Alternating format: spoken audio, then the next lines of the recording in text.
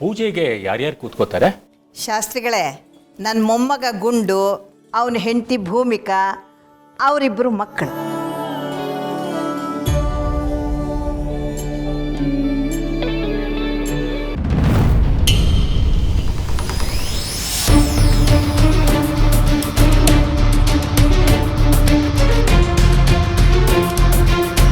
ಕನಕಾಭಿಷೇಕ ಮಾಡಿದಾಗ ಗೌತಮ್ ಅವ್ರಿಗೆ ಗಂಡು ಮಗು ಮಾತ್ರ ಅಲ್ವಾ ಇದ್ದಿದ್ದು?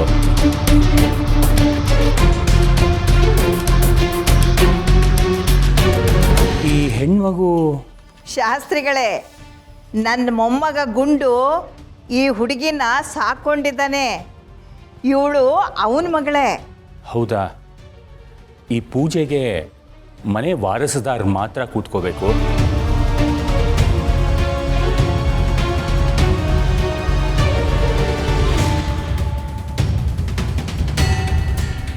ಇದು ಮನೆ ಶಾಂತಿಗೋಸ್ಕರ ಮಾಡ್ತಿರೋದು.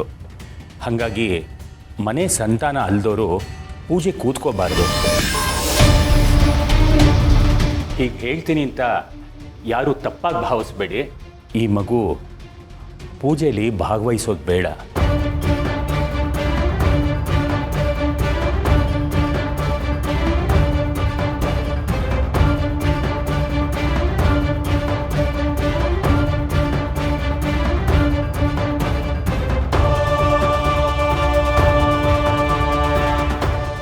ಶಾಸ್ತ್ರಿಗಳೇ, ನಿಮಗೆ ಹೇಳೋಷ್ಟು ನನಗೆ ತಿಳುವಳಿಕೆ ಇಲ್ಲ.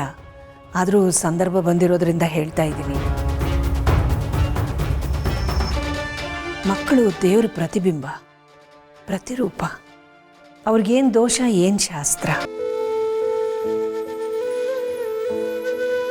ಎಲ್ಲಿ ಕೂತ್ರೇನಂತೆ? ಆ ಹುಡುಗಿ ಅಲ್ಲೇ ಕೂತ್ಕೊಳ್ಳಿ ಬಿಡಿ, ಪೂಜೆ ನಡೀಲಿ. ಇಲ್ಲಮ್ಮ, ಯಾವುದು ಯಾವಾಗ ಅಡ್ಡಿ ಆಗತ್ತೆ, ಲೋಪ ಆಗತ್ತೆ ಅಂತ ಹೇಳೋದಕ್ಕಾಗಲ್ಲ.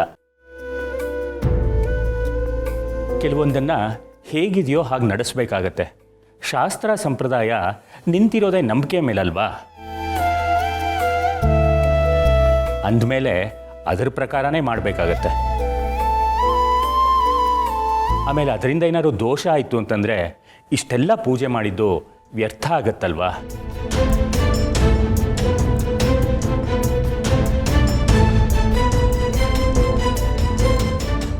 ಆ ಕಾರಣಕ್ಕೆ ನಾನು ಹೇಳ್ತಿರೋದು, ಯಾರೂ ಅನ್ಯಥಾ ಭಾವಿಸ್ಬೇಡಿ.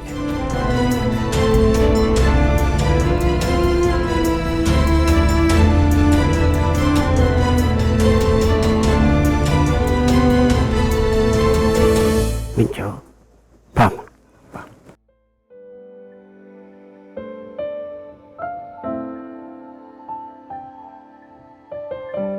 ಪುಟ ಪುಟು, ನೀನು ಬೇಜಾರು ಮಾಡ್ಕೋಬಾರ್ದು ಪುಟ.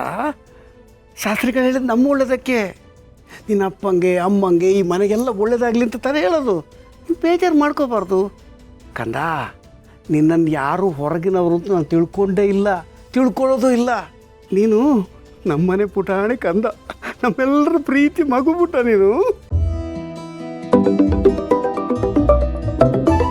ಒಂದು ನಿಮಿಷ.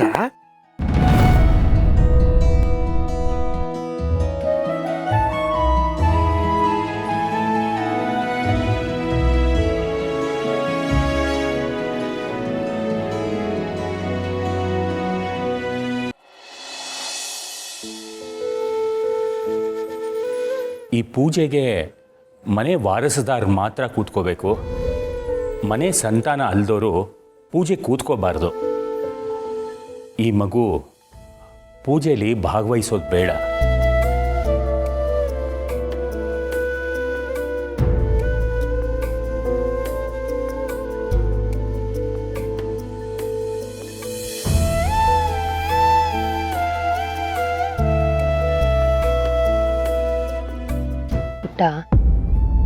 ಅಳಬಾರ್ದು. ಅವ್ರು ಯಾರೋ ಹಾಗಂದ್ರು ಅಂತ ಅದನ್ನ ಮನ್ಸಿಗೆ ತಗೊಂಡಿದ್ಯಾ? ಅವ್ರಿಗೆ ನಿನ್ನ ಬಗ್ಗೆ ಗೊತ್ತಿಲ್ಲ, ಅದಕ್ಕೇನೋ ಹೇಳಿದಾರಷ್ಟೆ. ನೋಡು, ಅದನ್ನೆಲ್ಲ ಬೇಜಾರು ಮಾಡ್ಕೋಬಾರ್ದು. ನಿಮ್ಮಪ್ಪ ಅಮ್ಮ ಯಾವಾಗಾದರೂ ನಿನ್ನ ಹತ್ರ ಆ ಥರ ನಡ್ಕೊಂಡಿದ್ದಾರಾ? ಇಲ್ಲ ಅಲ್ವಾ? ಅಥವಾ ನಾವೇನಾದರೂ ಆ ಥರ ಟ್ರೀಟ್ ಮಾಡಿದ್ದೀವ ನಿನ್ನ? ಇಲ್ಲ ತಾನೇ? ಅಂದಮೇಲೆ ನೀನು ಯಾಕೆ ಬೇಜಾರು ಮಾಡ್ಕೋಬೇಕು? ನೋಡು, ನೀನು ಈ ಮನೆ ಮಗಳು, ನಿನ್ನ ಸ್ಥಾನನ ಯಾರೂ ತುಂಬಕ್ಕಾಗಲ್ಲ. ಒಳಗೆ ಪೂಜೆ ನಡೀತಿದೆ ಅಲ್ವಾ, ಅಲ್ಲೆಲ್ಲರೂ ಖುಷಿಯಾಗಿದ್ದಾರೆ. ನೀನು ಈಗ ಬೇಜಾರು ಮಾಡ್ಕೊಂಡಿದ್ರೆ ಎಲ್ರಿಗೂ ಬೇಜಾರಾಗುತ್ತಲ್ವಾ? ಅದಕ್ಕಿಂತ ಹೆಚ್ಚಾಗಿ ನಿಮ್ಮ ಅಪ್ಪ ಅಮ್ಮಂಗೂ ಬೇಜಾರಾಗುತ್ತಲ್ವಾ?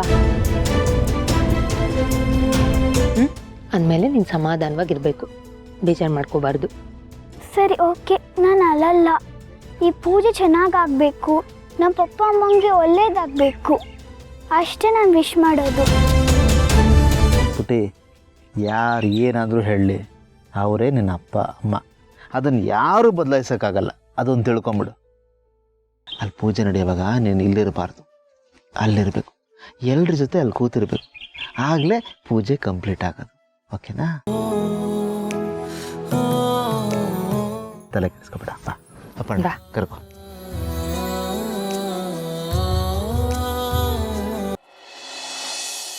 ಬನ್ನಿ ಕೂತ್ಕೊಳ್ಳಿ.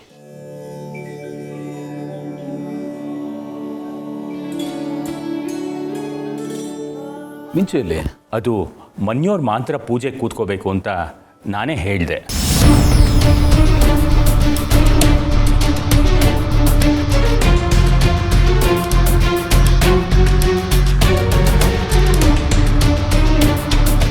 ಮಿಂಚು, ಬಾಪುಟಿ ಇಲ್ಲಿ ಕೂತ್ಕೋ. ಬಾಪುಟಿ ಇಲ್ಲಿ ಕೂತ್ಕೋ, ಬಾ ಕೂತ್ಕೋ.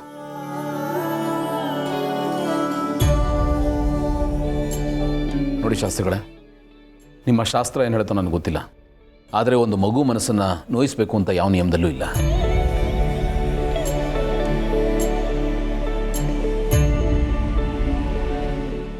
ಮಕ್ಕಳನ್ನು ದೇವ್ರ ಸಮಾನ ಅಂತೀವಿ. ಮಗುನ ಪಕ್ಕದಲ್ಲಿ ಕೂರಿಸ್ಕೊಂಡು ಪೂಜೆ ಮಾಡಿದ್ರೆ ಏನು ತೊಂದರೆ ಆಗುತ್ತೇಳಿ?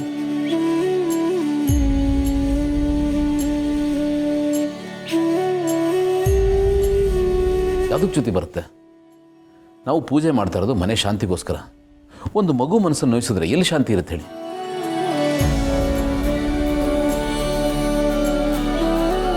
ಗೌತಮ್, ನಮ್ಮ ಬದುಕಲ್ಲಿ ಶಾಸ್ತ್ರ ಸಂಪ್ರದಾಯಕ್ಕೆಲ್ಲ ಬೆಲೆ ಇದೆಯಲ್ವಾ?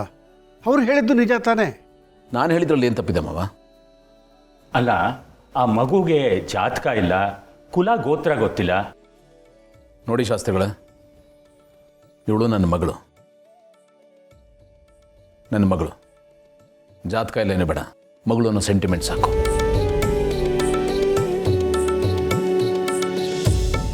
ಅವಳಿಗೋಸ್ಕರ ನಾವಿದ್ದೀವಿ, ನಮಗೋಸ್ಕರ ಅವಳಿದ್ದಾಳೆ, ಅಷ್ಟು ಸಾಕು.